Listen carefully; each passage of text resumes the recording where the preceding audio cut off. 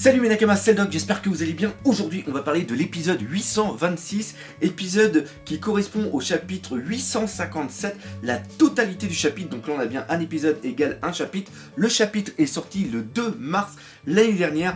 Et petit truc qui me fait super plaisir, c'est-à-dire que comme à chaque fois, avant de faire cette vidéo, je me mets un petit peu dans l'ambiance. Je regarde la critique analyse que j'avais fait du chapitre et il n'y a pas de critique analyse sur le chapitre 857. Pourquoi ?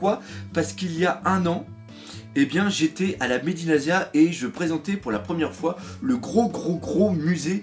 Donc voilà, j'ai regardé la réaction live que j'avais fait à l'époque parce qu'il y a une annonce quand même dans ce chapitre qui est quand même dans cet épisode qui est quand même assez fou. Et je me rappelle qu'à l'époque, j'avais été sur le cul.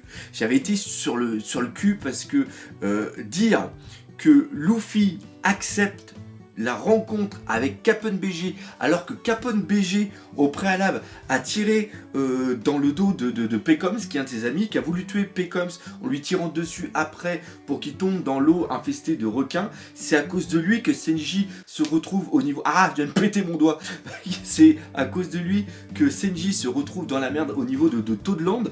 Et on se dit, mais qu'est-ce qui va se passer ensuite? Qu'est-ce qui va se passer ensuite? On voit, c'est ça qui est vraiment génial, parce que je vais toujours poser cette question qui est vraiment conne, mais vous qui ne faites que suivre l'anime, qu'avez-vous ressenti quand Jinbe il propose à Luffy cette rencontre et que Luffy accepte et que le final est absolument magnifique, quand on voit cette ombre noire, quand on voit le visage de Luffy, le visage de Capone. D'ailleurs, encore une fois, merci à Chris de m'avoir fait une super petite vignette, même quand on les voit de profil, quand on voit Nami et Luffy de côté, le décor, le costume est super classe, on le voit avec un costume rouge et tout, c'est vraiment excellent. Il y a tout un côté super beau, vraiment mafieux, que j'adore. Et de le revoir déjà en anime, même si j'avais l'information, j'étais un petit peu sur le cul, j'ai trouvé ça super beau.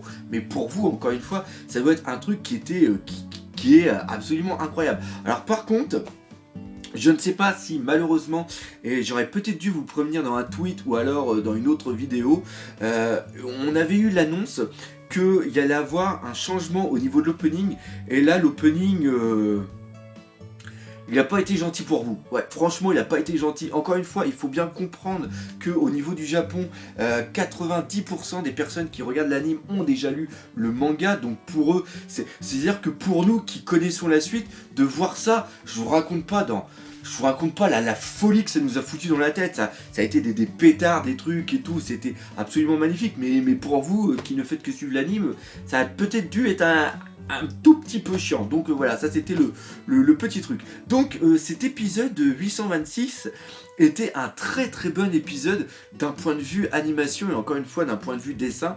Globalement, on va dire à 90%. Alors c'est toujours la même chose. Si tu zoomes sur les petites parties en arrière, tu vas voir par exemple qu'un Chopper est mal dessiné, tu vas voir qu'un Brook est mal dessiné, mais ça c'est normal parce que ça c'est des 3e, 4e, voire même 5e plans, donc ça c'est vraiment dessiné très vite à l'arrache, et c'est surtout dessiné sur des toutes petites feuilles, donc ils peuvent pas se permettre, vu le temps qu'ils ont que 4 mois pour faire l'anime, ils ont pas le temps de faire des trucs absolument magnifiques sur tous les plans, mais la majorité de cet épisode, les gros plans sur Jinbe, pareil, les OST, les voix, même les voix quand il parle à travers le miroir qui a cette sensation un petit peu d'écho et tout, qui était génial. Encore une fois, l'anime apporte beaucoup plus qu'au niveau du manga, quand justement ils sont tous en train de se compter, qu'on voit le 1, le 2, le 3, le 4, ça y est pas dans le manga, mais c'est vachement bien mis. Alors ça y est pas dans le manga, en un sens oui c'est mis, parce que on voit un 8, et on voit un 9 et un 10 sur la tête de Diesel, et aussi sur la tête de Brûlé, mais encore une fois, je me suis foutu devant mon ordi, j'ai regardé l'épisode, et l'épisode s'est terminé, et j'avais qu'un seul truc en bouche, c'était encore, je veux encore ma dose de One Piece. Après j'ai regardé encore une fois, 2 fois la vidéo l'épisode pour préparer cette petite vidéo, et je suis super content de faire cette critique analyse. Pourquoi? Parce que j'ai pris énormément de plaisir à regarder cet épisode. Alors par contre, pour ceux qui ne le sauraient pas, malheureusement vous allez avoir votre petite larme comme moi je l'ai eu. Il n'y aura pas d'épisode normalement la semaine prochaine, à cause, je crois que c'est à cause d'un marathon si je ne dis pas de conneries, ou alors le marathon c'est dans 2 semaines. Enfin bref, il y a un petit creux au niveau de l'épisode, et malheureusement pour nous, c'est qu'il n'y a pas non plus de chapitre. Donc c'est-à-dire que la semaine prochaine, c'est-à-dire cette semaine, il n'y a pas de One Piece. Donc ça fait un petit peu échouer. Mais en un sens, c'est pas trop grave. Jeudi, si vous avez le temps, à partir de 18h, on fera un gros live.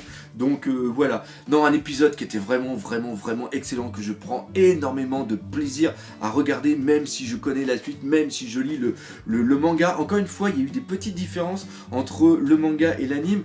C'est d'un point de vue de la cruauté de Capone BG. Parce que dans le manga, à un moment, il y a Jinbei qui explique que Capone torture les animaux, même décapite les animaux, et là on voit un cheval décapité, et après qui rigole devant l'animal qui se tord de douleur, alors que là on a vu seulement un petit poignardage de chien ou de chat, je ne sais plus. Par contre on voit qu'il est vraiment bien cruel avec les autres, là quand on voit le carrosse qui se met avec le mec qui sort puis qui ritame tout le monde dedans, qui sont tous en train de... C'est totalement l'esprit Al Capone, et je trouve que ça rend parfaitement bien dans l'atmosphère. Par contre Capone, c'est le mec que même quand il est gamin, il est vieux. Voilà, tu le vois jeune, il est vieux. Donc pour la petite histoire aussi de Capone, Capone fait partie d'une famille mafia. Ils sont 5 familles au niveau de... Je ne sais plus si c'est South Blue ou West Blue. Enfin bref, au sujet de cette mère. Et il a tué justement tous les autres dirigeants. Mais... il laisse quand même une partie de la famille tranquille. Et après, ce qui est bien, c'est qu'il se fout en retrait et il voit les autres familles affaiblies se dépouiller. Et il prend ce manque que le pognon et tout ça. Il s'en fout des territoires, il s'en fout. Lui, le but du jeu, c'est de faire mal et après regarder les autres se faire mal. Donc, alors après, bien sûr, il en a eu marre de faire ça dans son petit coin sur la terre. Donc après, il a pris le bateau et il s'est amusé à tuer tous les capitaines. Pour juste le plaisir. Et d'ailleurs là on peut se poser une petite question. Vu qu'il a tué plusieurs capitaines pirates qui étaient célèbres, pourquoi il n'a pas cherché à devenir un Shichibukai? Parce qu'il aurait pu, parce que rappelez-vous, qui c'est qui a fait ça? C'est Barbe Noire, lui c'est en prenant la tête de Ace qu'il est devenu Shichibukai, et c'est Law en ramenant je ne sais plus combien, je crois c'est 500 têtes de pirates, je ne sais plus, je fais ça de souvenir, mais voilà, il aurait pu parfaitement devenir un Shichibukai, parce qu'on sait que maintenant il a eu une prime de toute façon au niveau de Chabonnier qui dépassait les 100 millions de berries, c'est pour ça qu'il était considéré comme un supernova. Et comme on reprend Crocodile, Crocodile lui avait une prime de 80 millions de berries quand il est devenu Shichibukai, on voit que ça colle un petit peu dans les deux sens. Tout ça pour dire que là on a un mec qui est hyper cruel, et donc s'il est hyper cruel et s'il s'amuse à dépouiller tout le monde et à tuer un petit peu tout le monde, au niveau des pirates, il y a un slogan, on peut pas dire un slogan, il y a une citation non plus, il y a un proverbe, on va dire ça comme ça, qui est œil pour œil, dent pour dent. Donc c'est-à-dire qu'après, tout le monde en a après Capone BG, et Capone BG, pour se protéger, qu'est-ce qu'il a fait? Il s'est foutu sous la protection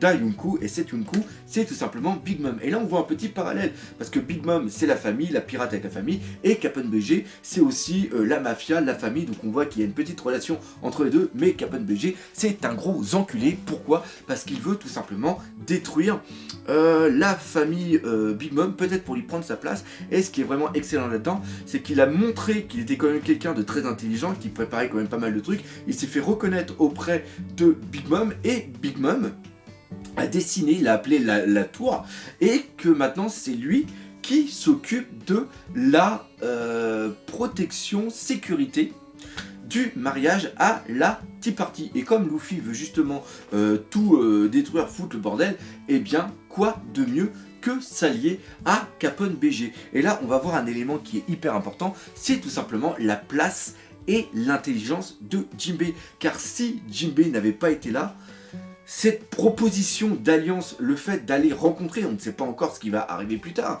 mais le fait que Capone BG rencontre Luffy, c'est quelque chose qui a été préparé par Jinbei, et que Jinbei avait déjà anticipé la réponse de Luffy. Et ça c'est vraiment important, parce que ça montre que Jinbei, déjà il est très intelligent, mais il comprend aussi comment va fonctionner son capitaine, parce qu'il l'a bien dit, je savais que tu allais vouloir aider Senji, mais on ne peut pas l'aider tout seul, donc on doit obligatoirement s'allier, donc j'ai pensé à ça et j'ai déjà commencé à préparer cette réunion. Et ça c'est vraiment très important, parce que c'est peut-être ce qui manquait au niveau de l'équipage des Mugiwara, c'est-à-dire quelqu'un qui est capable de penser au-delà des Mugiwara. C'est-à-dire que les Mugiwara, ils sont gentils, ils sont puissants, mais ils sont gentils. Ils sont simples, je dirais pas qu'ils sont simplets, mais ils ont une certaine mentalité et ils ne veulent peut-être pas faire d'entorse. Or, Jinbei, lui, il a cette position un petit peu de papa, il connaît le monde tel qu'il fonctionne et il se dit que des fois, pour pouvoir avancer, eh bien, il faut rencontrer et s'allier à des personnes que peut-être on déteste.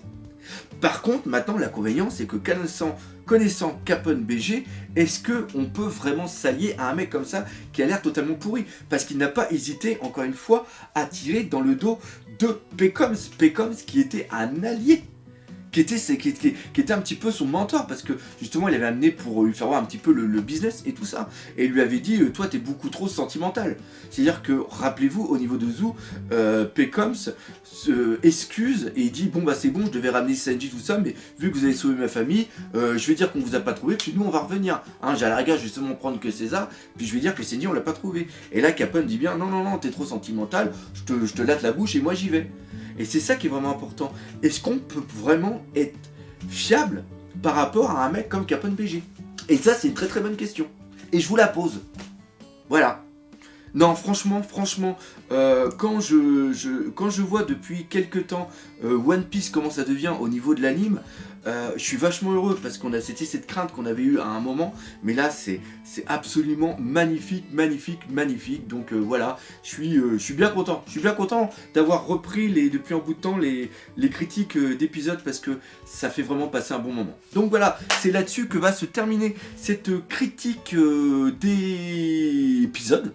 Hein, je pense qu'on a vraiment fait le tour par rapport à cette grosse information. Comme d'habitude, j'espère que vous l'aurez apprécié. Si c'est le cas, n'hésitez pas à défoncer, partager, parlez autour de vous. Et n'oubliez pas, le principal, One Piece, c'est la vie. Allez, salut Minakama.